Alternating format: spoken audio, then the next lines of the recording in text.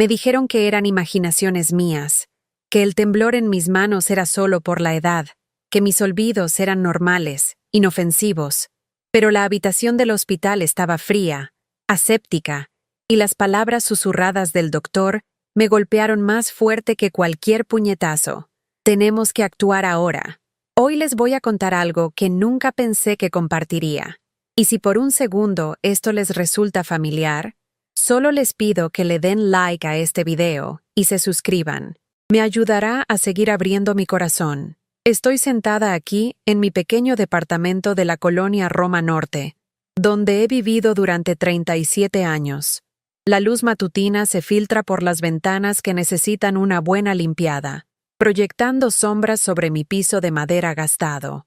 Puedo escuchar la sinfonía familiar de la Ciudad de México, claxons de microbuses, martillos de construcción, voces en idiomas que no entiendo pero que de alguna manera me resultan reconfortantes. Esta ciudad ha sido mi hogar, mi testigo, mi santuario, y últimamente mi prisión. Mi nombre es Elena, y tengo 74 años. Mis manos tiemblan ahora cuando me sirvo el café matutino, no por Parkinson, como había temido, sino por algo mucho más siniestro, algo que nunca podría haberme imaginado. La taza de cerámica que mi difunto esposo Roberto me regaló hace 30 años tiembla contra el platito, creando un suave tintineo que parece hacer eco en este departamento que se siente demasiado silencioso, demasiado vacío. Despierto cada mañana a las 6:30, tal como lo he hecho durante décadas. El ritual es el mismo: pies en el piso de madera fría, arrastrarse al baño, salpicarse agua fría en la cara que muestra cada línea de preocupación, cada noche sin dormir. Me veo al espejo y veo los ojos de mi madre reflejados, azules, cansados, pero aún guardando esperanza, aunque esa esperanza se ha ido desvaneciendo, día tras día, mes tras mes. El departamento huele a suavizante de lavanda y el aroma tenue de la sopa de ayer. Lo mantengo limpio, impecable incluso, porque eso es lo que hacen las buenas madres. Mantenemos el orden, creamos calidez, hacemos que todo se vea perfecto, aun cuando nuestros corazones se están rompiendo. Las fotografías en mi repisa cuentan la historia de una vida bien vivida. Mi boda en 1972, Roberto con su uniforme de la Marina, los primeros pasos de David, su graduación de preparatoria, su boda donde su sonrisa parecía genuina, real. Pero ayer cambió todo. Ayer recibí un mensaje de WhatsApp de mi hijo David, mi único hijo, el niño al que amamanté durante la varicela y las pesadillas, el joven al que apoyé durante la universidad y sus sueños de convertirse en actor en Los Ángeles. El mensaje era simple, casual, devastador en su indiferencia. No puedo ir a comer hoy, ma. ¿Salió algo? ¿La próxima semana? Era la 4ª vez este mes. La 4ª cancelación, la 4ª promesa rota, el 4º recordatorio de que ya no importaba lo suficiente para 2 horas de su tiempo. Me quedé ahí parada, sosteniendo mi teléfono con esas manos temblorosas, y sentí que algo se agrietaba dentro de mi pecho. No mi corazón. Ese ya había estado fracturándose durante meses. Algo más profundo. Mi fe, tal vez. Mi creencia de que la familia significa algo. Caminé a mi recámara y abrí el cajón de abajo de mi cómoda, donde guardo las cosas demasiado preciadas para mostrar pero demasiado significativas para tirar. Las cartas de amor de Roberto desde Vietnam, el primer diente de David, boletas de calificaciones con estrellitas doradas, una libreta de ahorros que mostraba el dinero que había apartado para la universidad de mi nieto, dinero que de alguna manera seguía desapareciendo, retiro tras retiro, siempre con la firma de David en la línea. El peso familiar de esos recuerdos se sintió más pesado esa mañana. Podía oler la colonia de Roberto en las cartas, Old Spice mezclado con esperanza y amor y promesas de para siempre. Se había ido hace 8 años, y no pasaba un día sin que extrañara su presencia constante, su manera de hacerme sentir segura, valorada, amada sin condiciones o expectativas. Recuerdo pensar, mientras estaba sentada en el borde de mi cama con esas cartas en el regazo, cómo Roberto habría manejado el comportamiento de David. Él habría puesto límites hace años. Habría dicho, «Hijo, Tu madre se merece algo mejor que esto. Pero Roberto ya no estaba aquí para protegerme, y yo había pasado tanto tiempo protegiendo a todos los demás que había olvidado cómo protegerme a mí misma. El teléfono sonó alrededor de las 10 de la mañana. La voz de David, brillante y alegre, como si el almuerzo cancelado no significara nada. Oye, Ma, un favorcito. ¿Podrías cubrir el pago de mi coche este mes? Las cosas están apretadas, y ya sabes cómo está la industria en Los Ángeles. Está cabrona. Panam. Me escuché diciendo que sí, como siempre. Sí al pago del coche. Sí al seguro. Sí a las tarjetas de crédito y la renta y los gastos y la interminable corriente de emergencias que siempre parecían pasar justo antes de que él necesitara dinero. Había estado diciendo sí durante tanto tiempo que no se sentía como una palabra extranjera, un sonido que había olvidado cómo hacer, pero algo era diferente esta vez. Mientras colgaba el teléfono y alcanzaba mi chequera, la que Roberto me había enseñado a balancear con tanto cuidado, la que mostraba décadas de nuestra responsabilidad compartida y amor, noté algo que hizo que se me helara la sangre. La letra de las entradas más recientes no era mía. Ahora déjame preguntarte algo. ¿Has sentido alguna vez ese momento cuando la realidad se tambalea bajo tus pies? Cuando todo lo que creías saber sobre tu vida, tu familia, tu seguridad, de repente se vuelve cuestionable. Eso fue lo que me pasó en ese momento, viendo una letra que se parecía a la mía, pero no estaba del todo bien. Siempre he sido cuidadosa con el dinero. Roberto y yo no éramos ricos, pero estábamos cómodos. Él trabajó como electricista para el metro durante 38 años, y yo enseñé tercer año en la primaria Benito Juárez hasta que me jubilé. Ahorrábamos cuidadosamente. Invertimos en una cartera modesta de acciones que creció constantemente a lo largo de los años. Incluso compramos algo de Bitcoin temprano, cuando David nos convenció de que era el futuro. Nuestro patrimonio neto no eran millones, pero era suficiente. Suficiente para la dignidad, suficiente para la independencia, suficiente para ayudar a nuestra familia cuando realmente lo necesitaran. Pero mientras hojeaba esa chequera, viendo entrada tras entrada con letra que se parecía a la mía pero se sentía mal de alguna manera, comencé a entender que mis ahorros cuidadosos, mi modesta fortuna, mi seguridad, todo estaba desapareciendo más rápido de lo que me había dado cuenta. Los números contaban una historia que no quería creer. Miles de pesos en retiros, cuentas de inversión liquidadas, transferencias de Bitcoin a direcciones que no reconocía. Mis activos, acumulados durante décadas de presupuesto cuidadoso e inversión modesta, se desvanecían como la neblina matutina. Llamé a mi banco, mis manos temblando tanto que apenas podía marcar el número. Margarita en servicio al cliente. Me conocía desde hacía 15 años. Me había ayudado cuando murió Roberto, y tuve que aprender a manejar todo sola. Su voz era gentil, pero preocupada cuando pregunté sobre la actividad reciente en mis cuentas. Señora Martínez, dijo cuidadosamente, esas transacciones fueron todas autorizadas con su NIP y firma. Tenemos copias si gusta revisarlas. Mi NIP. Los mismos 4 números que había usado durante 20 años. El cumpleaños de David. El cumpleaños que había celebrado con pastel de chocolate y regalos envueltos y fotografías orgullosas cada agosto desde que nació. Los números que él había adivinado tan fácilmente cuando empezó a ayudarme con mi banca después de que murió Roberto, cuando el papeleo se sentía abrumador y yo estaba agradecida por cualquier asistencia. Esa tarde, estuve sentada en el consultorio del doctor Martínez para mi chequeo regular. El doctor Martínez había sido mi médico durante 12 años, un hombre amable de Oaxaca que tenía consulta en la colonia Doctores.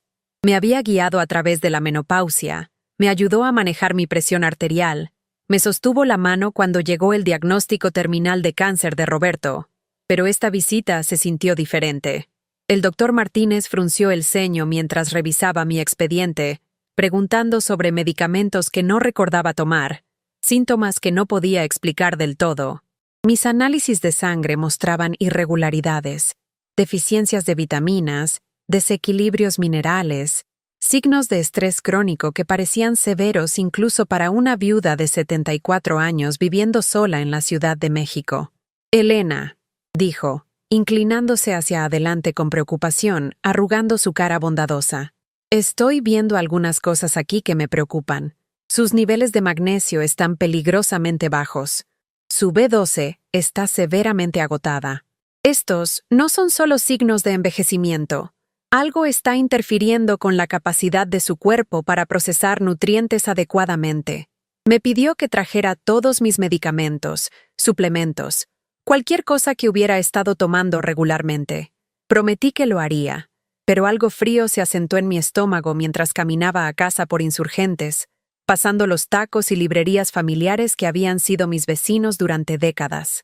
El sol de la tarde proyectaba sombras largas, y me encontré mirando sobre mi hombro, sintiéndome observada, seguida, aunque la banqueta ocupada solo tenía extraños siguiendo con sus vidas. Esa noche, junté cada frasco de pastillas de mi botiquín, medicamento para la presión arterial prescrito por el doctor Martínez, suplementos de calcio que había estado tomando para la salud ósea, un multivitamínico que David había recomendado, uno que de hecho había comprado para mí durante su última visita, insistiendo que era mejor que la marca genérica que usualmente compraba, algo sobre mejor absorción, ingredientes de mayor calidad. Los alineé todos en mi mesa de la cocina bajo la luz fluorescente brillante. Los frascos se veían inocentes, pero mientras los examinaba más de cerca, noté cosas que me pusieron la piel de gallina. El frasco de multivitamínicos tenía un residuo ligero alrededor de la tapa, como si hubiera sido abierto y resellado. Los suplementos de calcio, pastillas que deberían haber sido blanco puro, tenían un tinte amarillento tenue, y el medicamento para la presión arterial se sentía más ligero de lo usual, como si faltaran algunas pastillas. Llamé a David esa noche, mi voz temblando con algo entre miedo y rabia. David, necesito preguntarte algo, y necesito que seas honesto conmigo. ¿Has estado en mi botiquín? La pausa del otro lado de la línea se extendió demasiado. Cuando finalmente respondió, su voz tenía esa casualidad practicada que había estado escuchando más seguido últimamente. Ma, estás siendo paranoica. Te ayudé a organizar tus pastillas la última vez que estuve ahí, ¿recuerdas? Te estabas confundiendo sobre cuáles tomar cuándo, pero yo no me había estado confundiendo. Había estado manejando mis propios medicamentos muy bien hasta recientemente, hasta que empezó el temblor, hasta que comenzaron las lagunas mentales, hasta que comencé a sentirme débil y desorientada de maneras que me aterrorizaban. David, dije, mi voz más firme de lo que me sentía. Te voy a preguntar una vez más, y quiero la verdad. ¿Le estás haciendo algo a mi medicamento? Esta vez la pausa fue seguida de enojo. Ma, ¿qué estás sugiriendo? ¿Que estoy tratando de lastimarte? Eso está loco. Obviamente no estás pensando claramente si estás haciendo acusaciones así. Colgó antes de que pudiera responder, dejándome parada en mi cocina con esos frascos de pastillas sospechosos y una certeza creciente de que mi propio hijo, el bebé que había arrullado para dormir, el niño por el que había sacrificado todo, me estaba envenenando lentamente. Quiero que piensen en eso por un momento. Imaginen descubrir que alguien a quien aman, alguien a quien han dedicado su vida a proteger y apoyar, podría estar lastimándolos deliberadamente. ¿Pueden imaginar esa traición? ¿Esa violación completa de confianza? A la mañana siguiente, tomé una decisión que me aterrorizó. Llevé todos mis medicamentos a una farmacia en Coyoacán, lejos de mi vecindario usual, lejos de cualquier lugar donde David podría pensar en buscarme. Le pregunté al farmacéutico, un joven con ojos bondadosos y manos cuidadosas, si podía probar el contenido de mis pastillas. Se veía sorprendido, pero no cuestionó mi solicitud. Tal vez había visto esto antes. Tal vez la ciudad le había enseñado a no juzgar las medidas desesperadas que la gente toma para protegerse. Dijo que tomaría algunos días, pero sí, podrían analizar el contenido y compararlo con lo que las etiquetas decían. Esos fueron los 3 días más largos de mi vida. Dejé de tomar todos mis medicamentos, sin estar segura de qué era seguro y qué podría estar matándome lentamente. Me sentí mejor casi inmediatamente, más clara, más alerta, aunque no sabía si eso era por remover algo dañino o simplemente del alivio de tomar acción. David llamó 2 veces durante esos 3 días. Ambas veces preguntó por dinero. La primera llamada fue sobre su renta. Aparentemente tenía 3 meses de atraso y enfrentaba desalojo. La segunda fue sobre una reparación del coche, algo sobre frenos y seguridad, y cómo no podía trabajar si no podía manejar de manera segura en Los Ángeles. Ambas veces me escuché diciendo algo que nunca había dicho antes. Necesito pensarlo. La sorpresa en su voz era casi cómica. ¿Pensar qué, ma? Soy tu hijo. Esto es lo que hacen las familias. Se ayudan mutuamente. Pero ayuda. Estaba comenzando a entender. Se suponía que fluyera en ambas direcciones. Se suponía que las familias se protegieran mutuamente. No se aprovecharan unas de otras. Se suponía que los hijos cuidaran a las madres que envejecen. No las vieran como fuentes de ingresos para manejar y manipular. El viernes por la tarde, llamó la farmacia. La voz del farmacéutico era cuidadosa, profesional, pero podía escuchar la preocupación debajo. Señora Martínez, ¿podría venir? Creo que sería mejor si platicáramos los resultados en persona. Oh, mi corazón latía fuerte mientras caminé las 20 cuadras hacia el sur, pasando el parque de Coyoacán, donde estudiantes universitarios se sentaban en bancas leyendo y riendo, pasando vendedores ambulantes vendiendo elotes y esquites, pasando la vida ordinaria de una ciudad que de repente se sentía extranjera y peligrosa. El farmacéutico, cuya placa decía Kevin, me mostró los resultados con manos gentiles y palabras cuidadosas. El medicamento para la presión arterial había sido alterado, pastillas removidas y reemplazadas con otra cosa, algo que bajaría mi presión arterial peligrosamente si tomaba la dosis prescrita. Los suplementos de calcio contenían un compuesto que de hecho bloqueaba la absorción de calcio, explicando la debilidad creciente en mis huesos. Y las multivitaminas que David tan consideradamente había proporcionado contenían pequeñas cantidades de una sustancia que causaría confusión, pérdida de memoria y temblor, todos síntomas que fácilmente podrían atribuirse al envejecimiento natural. Esto es sistemático, dijo Kevin en voz baja. Alguien ha estado muy cuidadosamente creando la apariencia de deterioro cognitivo mientras de hecho lo induce. Señora Martínez, necesita reportar esto a la policía. Me quedé sentada en esa farmacia por casi 1 hora, viendo los resultados de las pruebas, tratando de procesar la realidad de que mi hijo, mi único hijo, la persona en quien más confiaba en el mundo, me había estado envenenando lentamente durante meses. No para matarme, me di cuenta, sino para hacerme parecer incompetente, confundida, necesitada de manejo. Era una forma sofisticada de abuso financiero, diseñada para justificar tomar control de mi dinero, mis decisiones, mi vida.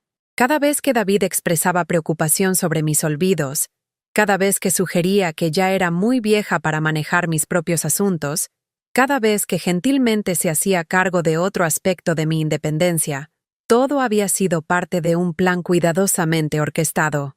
Ese fin de semana, no le regresé las llamadas a David. Por primera vez en meses, dejé que mi teléfono sonara sin contestar cuando aparecía su nombre en la pantalla. Me senté en mi departamento, viendo hacia la ciudad que amaba, sintiendo algo que no había experimentado en años, silencio que no era solitario, sino pacífico. Me preparé una taza de té usando la vajilla que mi madre me había heredado, porcelana delicada con rositas pintadas a lo largo del borde.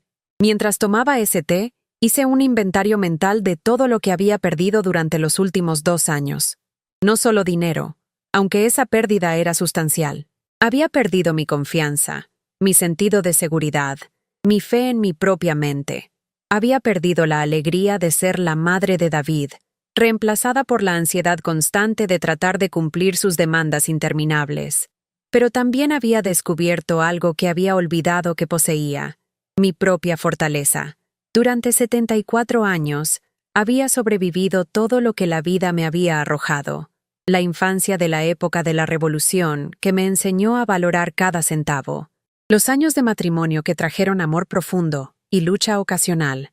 criar a un hijo mientras trabajaba a tiempo completo, cuidar a Roberto durante su enfermedad final, reconstruir mi vida como viuda.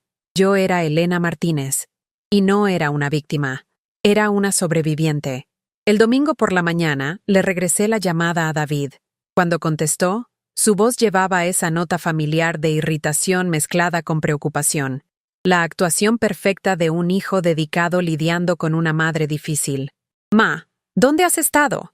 «He estado preocupadísimo. He estado pensando», dije, mi voz más firme de lo que había estado en meses. ¿Pensando en qué? En la confianza, en el respeto, en lo que significa ser familia. Hubo una pausa. Luego esa preocupación cuidadosamente modulada otra vez. «Ma, me estás asustando. ¿Te sientes bien? Tal vez debería volar para allá. Asegurarme de que estés tomando tus medicamentos correctamente». Los medicamentos. Por supuesto que mencionaría los medicamentos. Sentí una claridad fría asentarse sobre mí, aguda y limpia como el aire de invierno. «David», dije, «necesitamos hablar, en persona, pero aquí, en mi departamento, donde me siento segura». «¿Segura?» La risa en su voz era forzada. «Ma, no estás teniendo sentido. ¿Segura de qué? Segura de que no me mientan. Segura de que no me roben. Segura de que no me envenene alguien a quien amo». El silencio del otro lado de la línea se extendió tanto que me pregunté si había colgado. Cuando finalmente habló, su voz era diferente, más dura, menos cuidadosa sobre mantener la fachada. «No sé qué crees que sabes, Ma, pero obviamente no estás pensando claramente. Este es exactamente el tipo de comportamiento paranoico que me ha preocupado. La farmacia probó mis medicamentos, David. Todos, incluyendo las vitaminas que me compraste». Otro silencio, más largo esta vez. Cuando habló otra vez, la pretensión se había ido completamente. «No entiendes la situación en la que estás, Ma. Te estás haciendo vieja. Estás cometiendo errores. Alguien necesita asegurarse de que no te lastimes o pierdas todo por lo que papá trabajó tan duro. ¿Alguien como tú? Soy tu hijo. Soy la única familia que te queda». Y ahí estaba, la amenaza envuelta en preocupación, la manipulación disfrazada como amor. Pero ya no era la misma mujer que se habría derrumbado bajo esa presión 6 meses antes. Ni siquiera era la misma mujer que habría creído esas palabras una semana antes. «Tienes razón», dije en voz baja. «Eres mi hijo, y eso hace lo que has hecho aún peor». Colgué antes de que pudiera responder. Luego inmediatamente llamé al doctor Martínez. Contestó al segundo timbrazo, aunque era domingo por la mañana, y cuando le expliqué lo que había descubierto, su preocupación fue inmediata y genuina. «Elena, necesitas verme mañana por la mañana, a primera hora. Necesitamos hacer un panel completo de sangre, revisar si hay algún daño duradero, y necesitas reportar esto al DIF inmediatamente». El lunes por la mañana, me senté en una oficina gubernamental estéril en el centro histórico, contando mi historia a una trabajadora social llamada Janet Rodríguez. Janet era más joven que David, probablemente de 30 años, con ojos bondadosos y una actitud sin tonterías que me recordó a los mejores maestros con los que había trabajado a lo largo de los años. «Señora Martínez», dijo, revisando la evidencia médica y los reportes de la farmacia que había traído. «Este es un caso claro de abuso financiero de personas mayores con peligro físico asociado. Necesitamos movernos rápidamente para proteger sus activos y su seguridad». Me ayudó a cambiar las contraseñas de todas mis cuentas, establecer nuevos arreglos bancarios que requerían múltiples formas de identificación, y arregló una consulta legal con un abogado que se especializaba en casos de abuso de personas mayores. La abogada, Margarita Chen, tenía oficinas cerca del Zócalo en un edificio que olía a madera vieja y café fresco. Revisó mi caso con el tipo de atención cuidadosa que me hizo sentir escuchada por primera vez en meses. «Elena», dijo, «tienes varias opciones aquí. Podemos perseguir cargos criminales por la alteración de medicamentos. Eso es agresión. Potencialmente intento de homicidio dependiendo de la interpretación del fiscal. También podemos presentar cargos civiles por el robo financiero, que basado en tus registros bancarios parece ser sustancial». Los números eran asombrosos cuando se presentaron en blanco y negro. Durante los últimos 18 meses, David había tomado casi 870,000 pesos de mis varias cuentas. Dinero de la cartera de acciones que Roberto y yo habíamos construido juntos. Fondos de la modesta inversión de Bitcoin que había crecido sorprendentemente bien. El efectivo que había ahorrado de años de presupuesto cuidadoso, destinado a asegurar que pudiera mantener mi independencia mientras envejecía. Pero no era solo el dinero, aunque ese robo fue devastador. Era la erosión sistemática de mi autonomía, mi confianza, mi sentido del ser. Era el envenenamiento lento diseñado para hacerme cuestionar mi propia mente. Era la crueldad casual de alguien que se suponía me amara, usando ese amor como un arma en mi contra. Ese martes por la tarde, David apareció en mi edificio sin aviso. El portero, Roberto, me habló para preguntar si quería verlo. Por un momento, casi dije que sí por puro hábito. Entonces, recordé la voz gentil del farmacéutico Kevin, explicando qué tan cerca había estado del daño serio. Cómo la combinación de medicamentos que David me había estado dando podría haber causado caídas, problemas del corazón, potencialmente incluso la muerte. Dígale que no estoy disponible, dije al intercomunicador. 20 minutos después, mi timbre sonó insistentemente. La voz de David crepitó a través del altavoz, enojada ahora, todo pretexto abandonado. Ma, abre la puerta. Necesitamos hablar sobre esta acusación ridícula que estás haciendo. No respondí. Me senté en mi sala, rodeada por las fotografías y memorias de una vida que había construido con amor y cuidado. Y lo dejé tocar ese timbre hasta que se rindió. Llamó a mi teléfono después. Luego, envió una serie de mensajes de texto que se volvieron cada vez más desesperados y amenazadores. Acusaciones de que estaba perdiendo la cabeza. Promesas de que solo quería ayudar. Amenazas sobre lo que pasaría si continuaba avergonzando a la familia, con mis delirios paranoides. Guardé cada mensaje. Margarita Chen me había dicho que documentara todo, y estaba aprendiendo a protegerme de maneras que nunca había imaginado necesitar. El miércoles trajo otra sorpresa. Una llamada de la esposa de David, Sara. No había hablado con Sara en meses. No desde que David había cortado gradualmente la mayor parte de mi contacto con mi nuera y nieto. La voz de Sara era nerviosa, disculpándose, pero también aliviada. Elena, dijo cuidadosamente, necesitas saber que no tenía idea de lo que David te estaba haciendo. Sabía que estaba tomando dinero. Dijo que se lo estabas dando voluntariamente. Pero los medicamentos... Nunca supe de eso. Hizo una pausa. Luego continuó de corrido. Ha estado diferente últimamente. Enojado todo el tiempo. Obsesionado con el dinero. Hablando de cómo ibas a desperdiciar su herencia si alguien no intervenía. Estaba empezando a asustarme, para ser honesta. Asustada de lo que podría hacer. Sara reveló cosas que hicieron el patrón más claro y más escalofriante. David había estado investigando instalaciones de cuidado de ancianos, buscando lugares donde ponerme donde pudiera tener control completo sobre mis finanzas.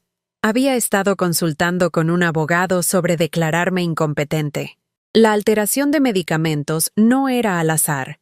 Estaba diseñada para crear evidencia documentada de deterioro cognitivo que podría usarse en la corte. Tiene a nuestro hijo convencido de que estás enferma, que no recuerdas las cosas correctamente, dijo Sara, llorando ahora. Pero Tommy te extraña tanto, Elena. Sigue preguntando por qué la abuela no llama más, por qué ya no te visitamos. Tommy, mi nieto, de 8 años, con los ojos de Roberto y mi barbilla testaruda. David había estado usando mi supuesta incompetencia para justificar cortarme de Tommy, negándome la relación con mi nieto que había sido uno de los pocos puntos brillantes en mi vida cada vez más aislada. Esa noche del miércoles, tomé una decisión que habría sido impensable una semana antes. Llamé a Margarita Chen y le dije que quería perseguir cada opción legal disponible. Cargos criminales por la agresión, cargos civiles por el robo, una orden de restricción para mantener a David lejos de mí y mi propiedad. El jueves por la mañana, oficiales de policía vinieron a mi departamento para tomar mi declaración. El detective Williams y la detective Park fueron profesionales, minuciosos y sorprendentemente gentiles mientras documentaron la evidencia de lo que llamaron Un caso sofisticado de abuso de anciano con intención de defraudar. Mientras contaba mi historia a esos detectives, hablando las palabras en voz alta a observadores oficiales, sentí algo cambiando dentro de mí. La vergüenza que había estado cargando, el sentimiento de que de alguna manera debería haber sido más inteligente, más fuerte, menos vulnerable, comenzó a transformarse en algo más duro y limpio. Enojo. Enojo justo por haber sido traicionada por alguien a quien había amado incondicionalmente. Esa tarde, Sara llamó otra vez. David había sido arrestado en su casa en Los Ángeles. Los cargos eran serios: abuso de anciano, fraude, agresión con sustancia peligrosa. Lo tenían detenido pendiente fianza, y la historia ya se estaba abriendo camino a través de su círculo social. Elena, dijo Sara, lo siento tanto. Debería haberlo visto antes. Debería haberte protegido. Pero la protección, estaba aprendiendo, era algo que tenía que hacer por mí misma. Nadie más podía devolverme mi sentido de seguridad, mi confianza en mi propia mente, mi derecho a tomar mis propias decisiones. Esas eran cosas que tenía que reclamar a través de mis propias elecciones, mi propia fortaleza. El viernes trajo una llamada de mi querida amiga Diana, alguien con quien no había hablado en meses porque David me había convencido de que mantener amistades era muy estresante para alguien de mi edad. Diana había escuchado a través de conocidos mutuos sobre lo que había pasado, y su voz era feroz con amor protector. Elena Martínez, dijo, ¿por qué no me llamaste? 30 años de amistad, ¿y pensaste que tenías que manejar esto sola? No pude responder inmediatamente porque estaba llorando. No las lágrimas indefensas de los meses pasados, sino lágrimas de alivio, de reconocimiento, de regresar a casa conmigo misma. Diana insistió en venir esa misma tarde, llegando con sopa casera y el tipo de cuidado sin tonterías que me recordó que no estaba realmente sola en el mundo. Mientras nos sentamos en mi cocina, compartiendo esa sopa y hablando de todo lo que había pasado, Diana me ayudó a ver algo que me había estado perdiendo. ¿Sabes qué es esto?, dijo, señalando alrededor de mi departamento. La vida que había estado luchando por proteger. Esta es tu historia, tu hogar, tus elecciones, tu independencia. Y la salvaste, Elena. Te salvaste a ti misma. Ese fin de semana hice algo que no había hecho en meses. Fui al Museo de Antropología, compré una membresía, deambulé a través de salas llenas de belleza e historia y creatividad humana. Me paré frente a artefactos que habían sobrevivido siglos, en salas llenas de objetos de civilizaciones que habían subido y caído, y dejado su marca en el mundo. Pensé sobre la resistencia, sobre la capacidad humana de aguantar, de luchar, de reconstruir, sobre la fortaleza que no viene de nunca caerse, sino de levantarse cada vez. El domingo por la noche, llamé a mi vecina del edificio, la señora Hernández, que vivía 2 pisos abajo. Carmen Hernández había emigrado de Puebla hace 40 años. Crió 3 hijos mientras trabajaba como auxiliar de hospital, y me había estado ofreciendo pequeñas bondades durante años. Ayuda con los mandados cuando el elevador estaba descompuesto, invitaciones a celebraciones familiares, el regalo de su presencia cuando parecía solitaria. Mi hija, dijo cuando le conté lo que había estado pasando, deberías habérmelo dicho antes. Nadie debe pelear estas batallas sola. Carmen me introdujo a un mundo que me había estado perdiendo. Su familia extendida de vecinos y amigos que se cuidaban mutuamente, que compartían recursos y apoyo sin llevar cuentas cuidadosas de quién debía qué a quién. Era un modelo diferente de familia del que había conocido, basado no en obligación o culpa, sino en cuidado genuino y respeto mutuo. La semana siguiente, recibí una llamada del DIF. David había sido liberado bajo fianza y estaba intentando contestar la orden de restricción, alegando que yo era mentalmente incompetente y estaba siendo manipulada por partes externas. El caso requeriría testimonio en corte, evaluaciones médicas, una revisión minuciosa de mi capacidad para tomar mis propias decisiones. Por un momento, el viejo miedo regresó. ¿Y si le creían? ¿Y si sus mentiras sobre mi estado mental eran lo suficientemente convincentes para darle control legal sobre mi vida? Pero entonces recordé la última evaluación del doctor Martínez. conducida después de que había dejado de tomar los medicamentos alterados. Mi trabajo de sangre era normal. Mis pruebas de función cognitiva no mostraron signos de demencia o deterioro significativo. Más importante, me sentía como yo misma otra vez, clara de mente, decisiva, capaz de proteger mis propios intereses. La audiencia en corte fue programada para el mes siguiente. Margarita Chen me preparó cuidadosamente, explicando que el abogado de David trataría de pintarme como una anciana confundida que no entendía lo que le estaba pasando. Presentarían mis acusaciones como delirios paranoides, mi deseo de independencia como terquedad peligrosa. Pero tenemos la evidencia, me recordó Margarita. Las pruebas de la farmacia, los registros médicos, la documentación financiera. Y te tenemos a ti, una mujer que fue lo suficientemente fuerte para investigar su propia situación, lo suficientemente inteligente para reunir pruebas y lo suficientemente valiente para tomar acción. Durante esas semanas de espera, comencé a reconstruir mi vida en maneras que parecían pequeñas, pero se sentían revolucionarias. Me inscribí en una clase de pintura en Casa de la Cultura, algo que siempre había querido hacer pero nunca había tenido tiempo. Comencé a cocinar comidas reales otra vez, no solo calentar sopa enlatada porque estaba muy cansada y confundida para hacer más. Me reconecté con viejas amigas, incluyendo mi colega maestra anterior, Janet Miller, que se había jubilado a Cuernavaca, pero aún llamaba hogar a la Ciudad de México.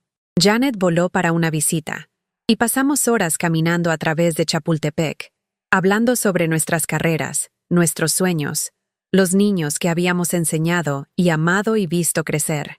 ¿Sabes qué veo cuando te veo ahora?, dijo Janet, mientras nos sentamos junto a la fuente de Tlaloc, viendo turistas y locales compartir el mismo espacio hermoso. Veo la mujer con la que trabajé durante 15 años. Fuerte, inteligente, que no se deja de nadie. Estaba preocupada por ti después de que murió Roberto, pero lo que has hecho para protegerte, esta es la Elena que siempre he conocido. Una noche, alrededor de 3 semanas antes de la fecha de la corte, Sara llamó con noticias que me rompieron el corazón y me llenaron de esperanza al mismo tiempo. Estaba solicitando el divorcio de David y buscando custodia completa de Tommy. Quería traer a mi nieto a verme, reconstruir la relación que David había estado destruyendo sistemáticamente. Habla de ti todo el tiempo, dijo Sara. Tiene esta foto tuya y de él en Xochimilco el verano pasado, antes de que todo se pusiera tan malo. Sigue preguntando cuándo puede ver a la abuela Elena otra vez. El pensamiento de ver a Tommy otra vez, de ser parte de su vida sin la manipulación y control de David, me dio fuerzas que no sabía que aún poseía. Comencé a planear actividades que podríamos hacer juntos. Viajes al Museo de Historia Natural, caminatas en Chapultepec, enseñarle a hacer las galletas de chocolate que habían sido sus favoritas cuando era pequeñito. Pero primero, tenía que pasar la audiencia en la corte. Tenía que enfrentar a David en persona por primera vez desde que había descubierto lo que me había estado haciendo, y tenía que convencer a un juez de que era competente para tomar mis propias decisiones sobre mi dinero, mi salud, mi vida. La noche antes de la audiencia, no pude dormir. Caminé alrededor de mi departamento, tocando objetos familiares, recordando la vida que Roberto y yo habíamos construido juntos. Sus libros aún estaban en los estantes, algunos marcados con sus notas cuidadosas en los márgenes. Mis certificados de enseñanza colgaban en marcos cerca de la cocina, recordatorios de la carrera que me había dado propósito e independencia durante 32 años. Pensé en todos los niños de tercer año que había enseñado a lo largo de las décadas. Niños que llegaron a mí asustados o enojados o confundidos, que dejaron mi aula más fuertes y más confiados en su habilidad de aprender y crecer. Había pasado mi carrera ayudando a niños a encontrar sus voces, superar sus miedos, defenderse a sí mismos. Ahora era hora de defenderme a mí misma. El juzgado en el centro histórico era intimidante. Pisos de mármol, techos altos, el peso de la autoridad legal presionando sobre todos los que entraban. Pero mientras caminé a través de esas puertas con Margarita Chen a mi lado, sentí algo que no había experimentado en meses. Me sentí poderosa. David ya estaba ahí con su abogado, Un hombre vestido elegantemente que parecía especializarse en hacer que la gente vulnerable pareciera incompetente. David mismo se veía más viejo de lo que recordaba, gris alrededor de las sienes, líneas de estrés y enojo marcando su cara. Cuando nuestros ojos se encontraron a través del pasillo del juzgado, vi algo que me sorprendió. Miedo. Tenía miedo de mí, miedo de lo que podría decir, miedo de perder control del narrativo que había construido. La audiencia misma fue tanto aterrorizante como liberadora. El abogado de David me pintó exactamente como había esperado. Una anciana confundida, susceptible a manipulación, ya no capaz de manejar sus propios asuntos. Presentó a David como un hijo preocupado tratando de proteger a su madre de su propio mal juicio. Pero cuando fue mi turno de testificar, hablé en la voz clara y firme que había usado durante décadas para comandar la atención de niños de 8 años. Presenté la evidencia metódicamente, las pruebas de la farmacia, los registros financieros, el patrón de mentiras y manipulación. Respondí cada pregunta directamente, precisamente, sin dudas o confusión. Más importante, expliqué por qué había tomado acción para protegerme. Su señoría, dije, viendo directamente al juez. Pasé 32 años enseñando a niños que merecen ser tratados con respeto y bondad. Me rehúso a aceptar menos para mí misma simplemente porque soy lo suficientemente vieja para ser víctima de alguien. La decisión del juez fue rápida e inequívoca. La orden de restricción permanecería en su lugar. David enfrentaría cargos criminales por abuso de anciano y fraude. Más importante, la corte me encontró completamente competente para manejar mis propios asuntos, libre para tomar mis propias decisiones sobre mi dinero, mi salud y mis relaciones. Mientras salimos del juzgado ese día, Margarita Chen me sonrió con admiración genuina.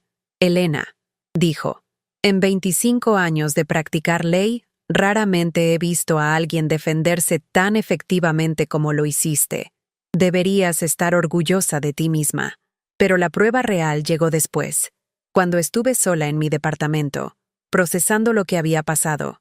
La victoria legal era importante, pero era solo el comienzo. Aún tenía que reconstruir mi sentido de seguridad, mi confianza en mi propio juicio, mi fe en la posibilidad de relaciones saludables. Esa noche, Carmen Hernández tocó mi puerta con una olla de su famoso mole poblano y una botella de vino. Nos sentamos en mi cocina mientras se ponía el sol sobre la ciudad, hablando sobre familias y traición y la fortaleza que se necesita para empezar de nuevo a cualquier edad. ¿Sabes qué aprendí cuando dejé a mi primer marido?, dijo Carmen, alzando su copa en un brindis. Aprendí que estar sola es mejor que estar con alguien que te hace sentir pequeña. Y ser fuerte es mejor que estar segura si la seguridad viene al costo de tu alma.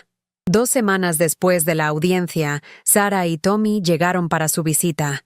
Estaba tan nerviosa que me cambié de ropa 3 veces, preocupada de que de alguna manera el trauma de los meses pasados me había cambiado en maneras que asustarían o confundirían a mi nieto.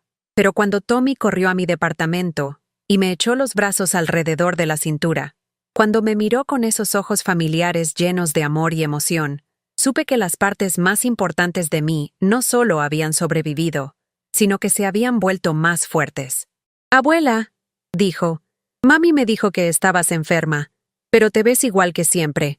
¿Podemos hacer galletas? ¿Puedes contarme sobre cuando el abuelo estaba en la marina?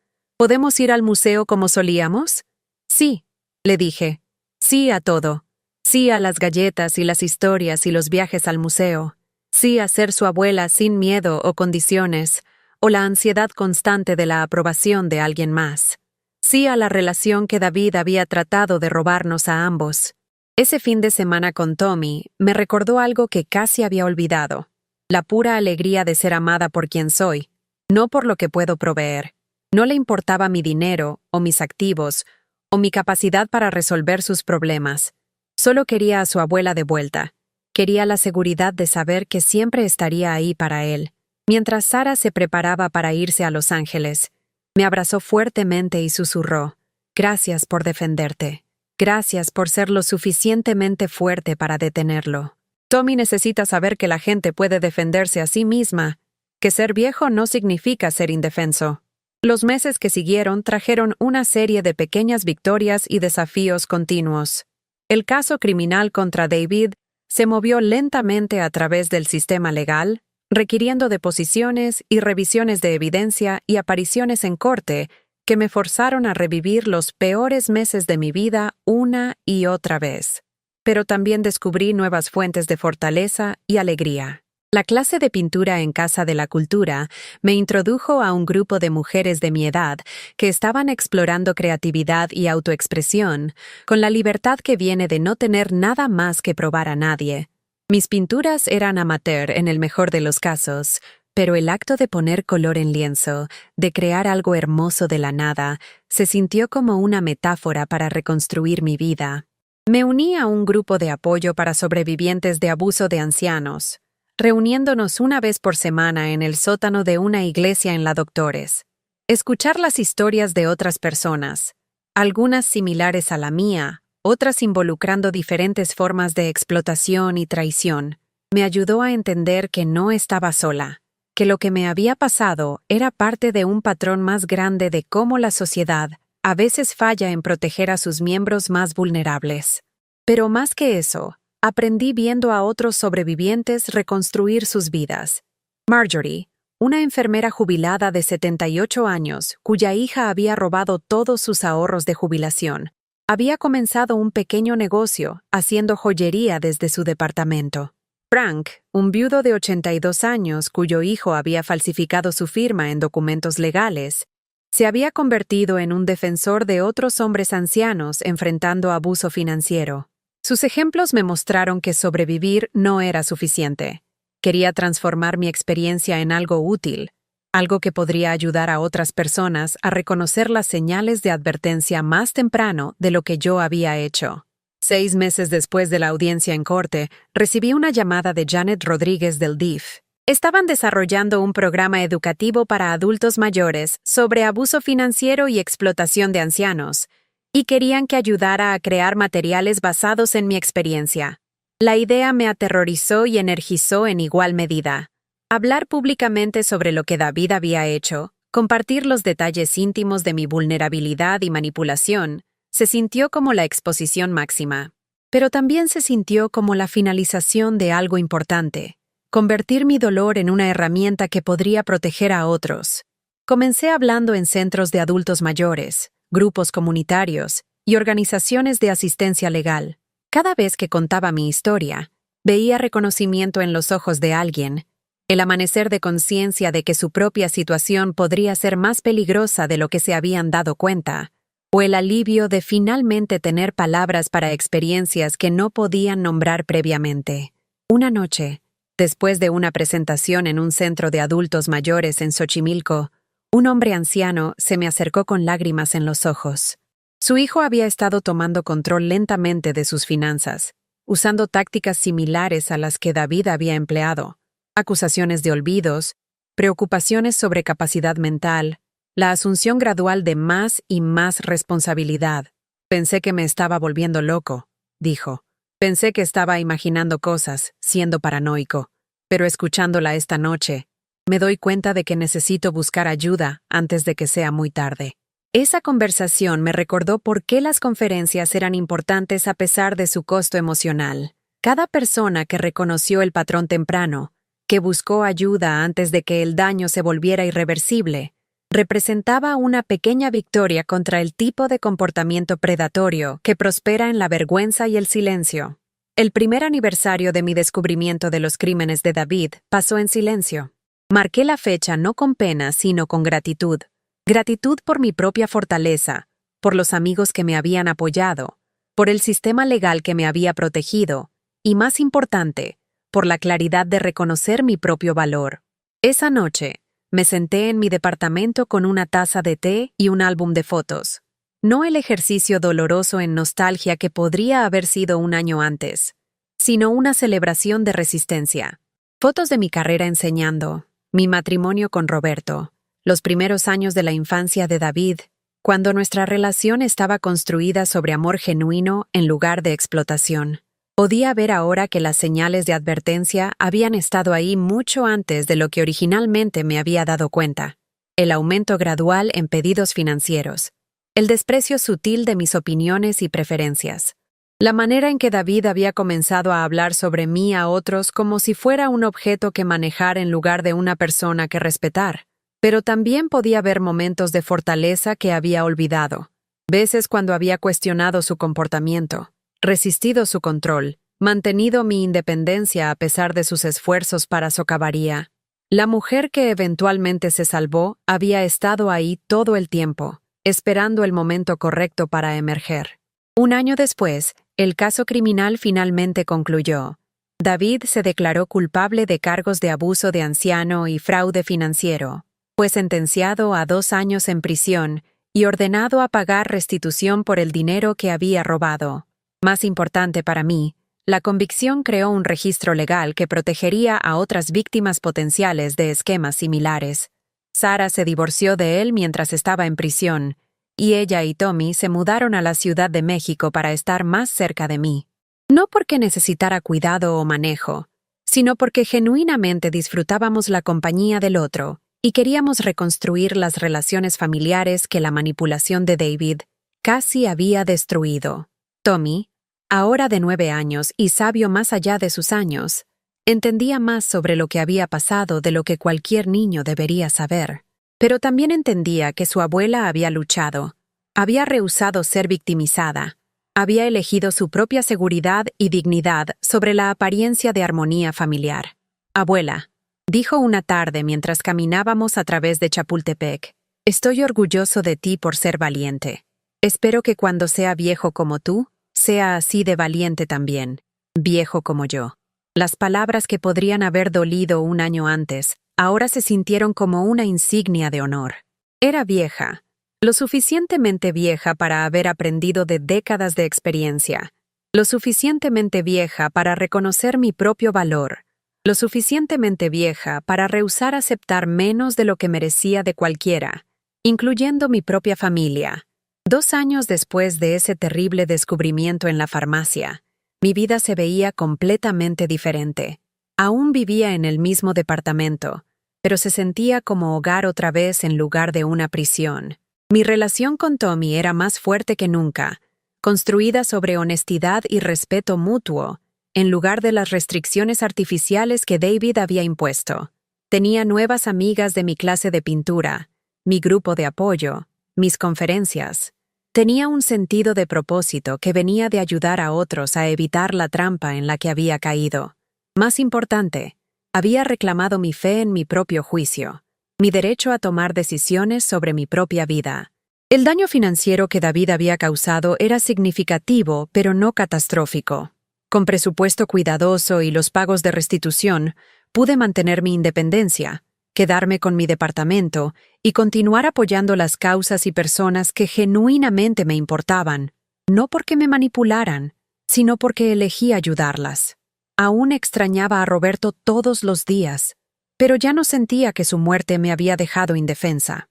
Había aprendido que la protección tenía que venir de adentro, de mi propia fortaleza y sabiduría, y rechazo a aceptar maltrato.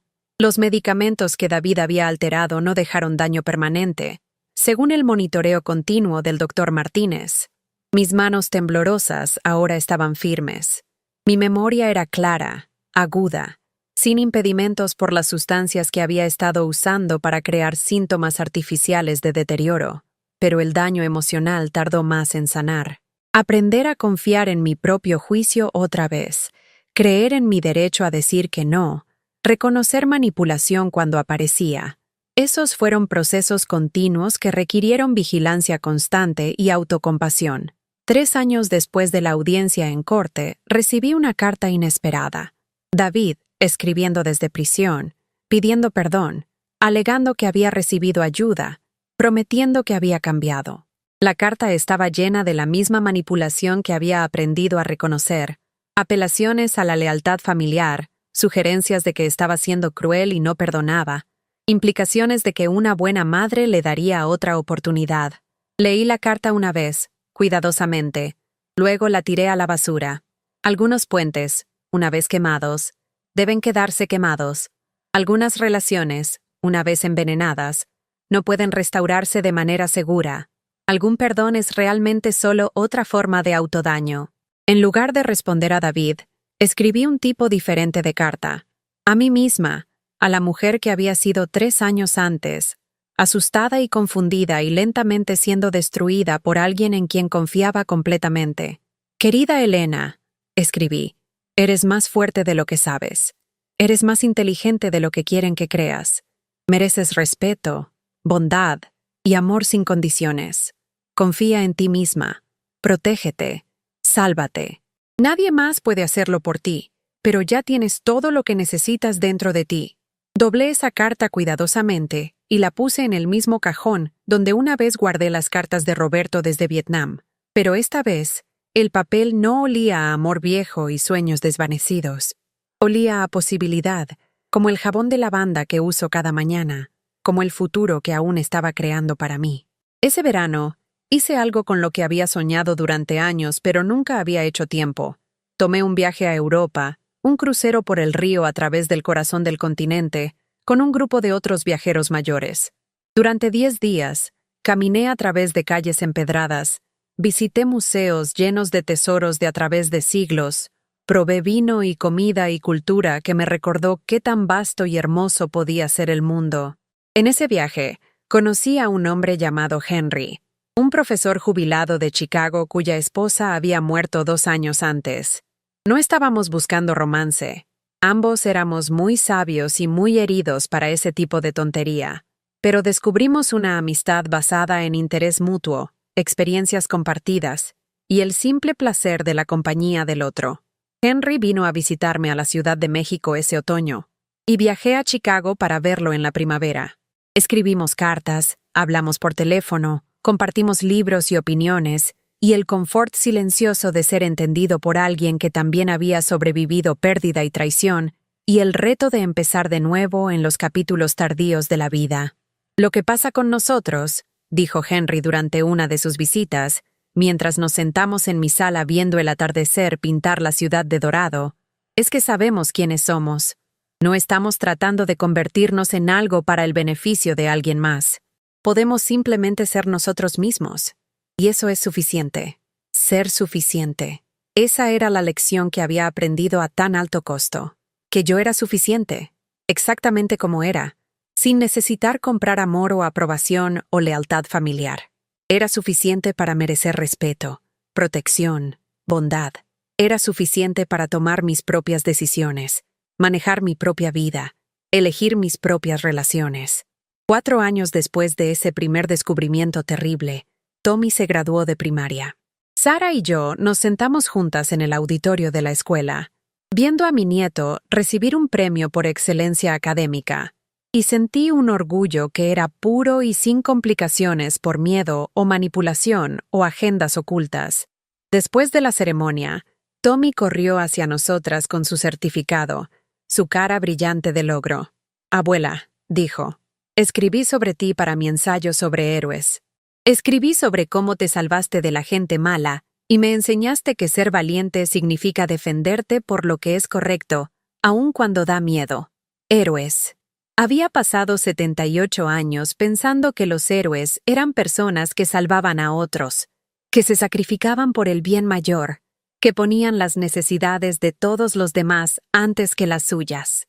Pero tal vez la cosa más heroica que jamás había hecho fue salvarme a mí misma, reconocer mi propio valor, luchar por mi propia seguridad, rehusar aceptar abuso disfrazado como amor.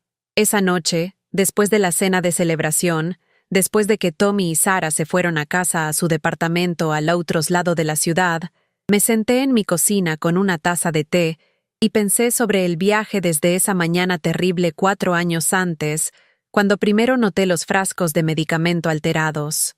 La mujer que había descubierto esos frascos era valiente, pero aún no lo sabía. Era fuerte, pero se había olvidado. Era digna de amor y respeto, pero había sido entrenada a creer lo contrario.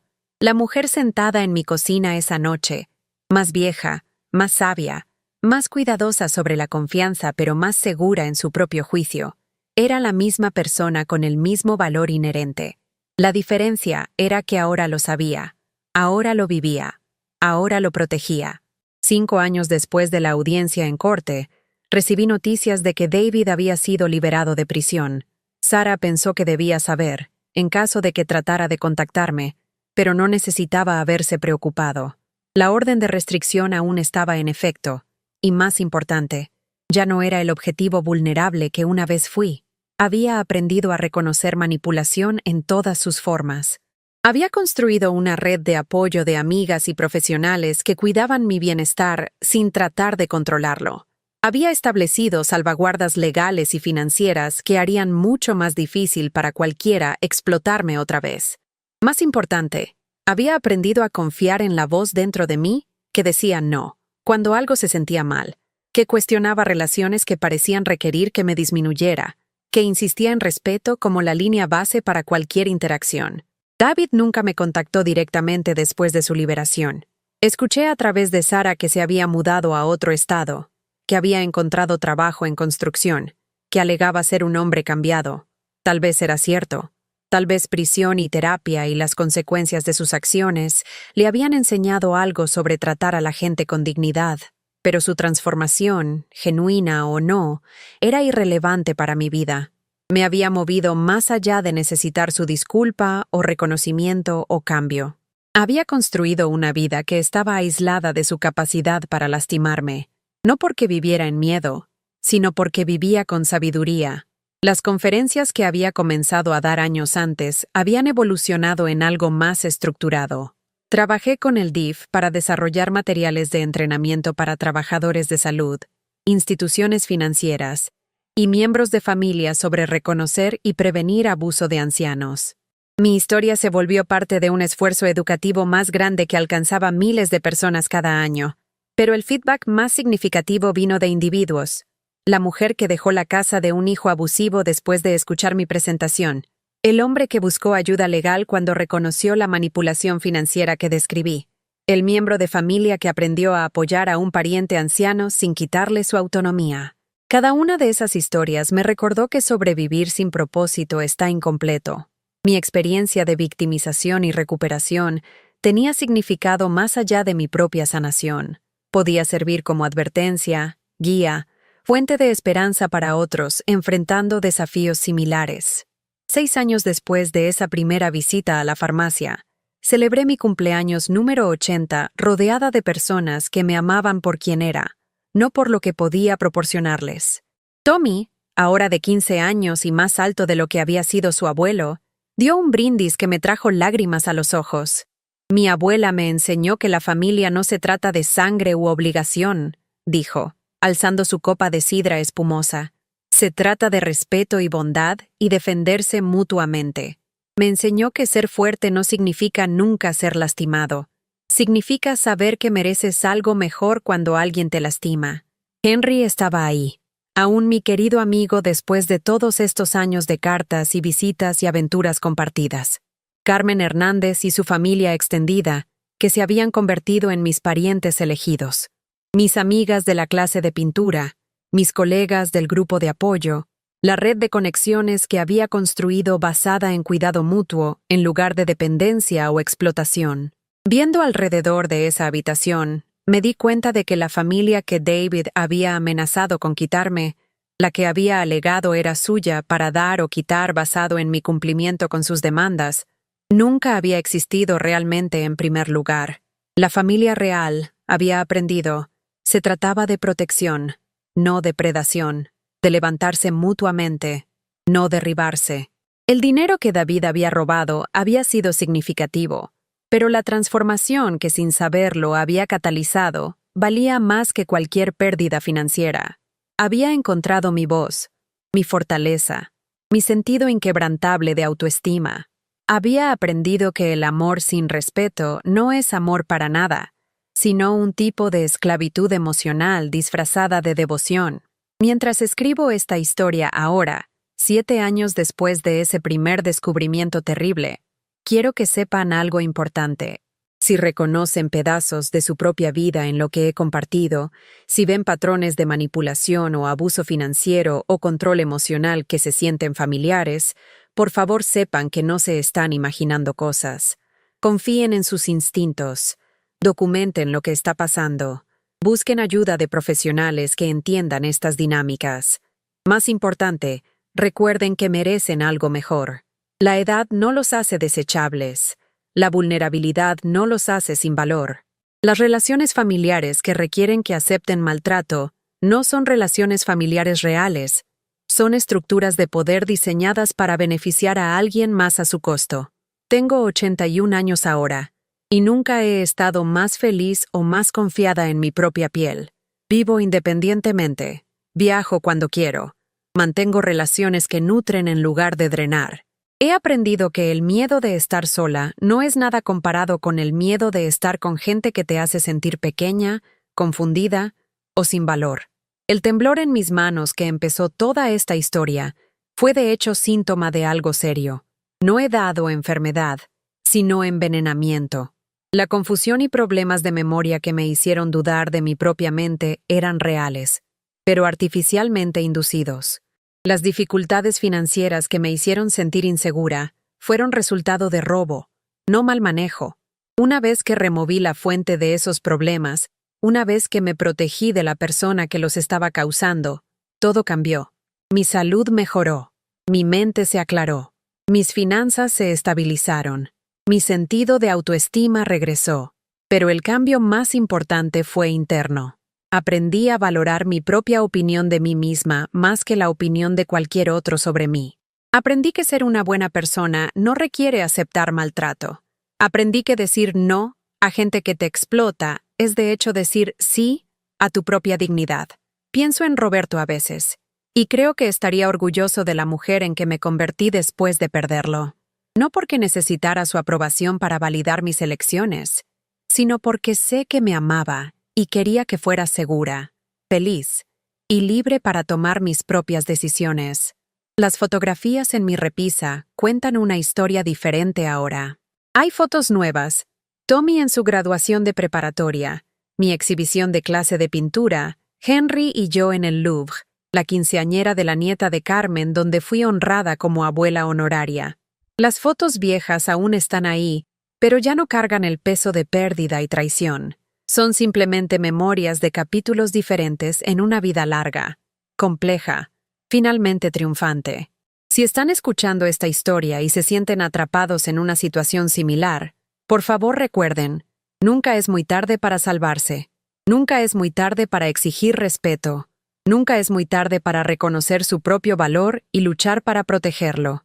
Los sistemas que permitieron a David explotarme durante tanto tiempo, la asunción cultural de que los hijos adultos naturalmente saben qué es mejor para padres que envejecen, la tendencia a descartar las preocupaciones de personas mayores como confusión o paranoia, la vergüenza que impide a las víctimas hablar, esos sistemas aún están en su lugar, pero pueden ser desafiados, superados, derrotados por personas que se rehúsan a aceptar abuso como el precio de conexión familiar.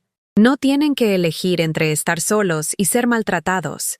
Hay otras opciones, otros tipos de relaciones, otras maneras de estructurar su vida, que honran tanto su necesidad de conexión como su derecho al respeto.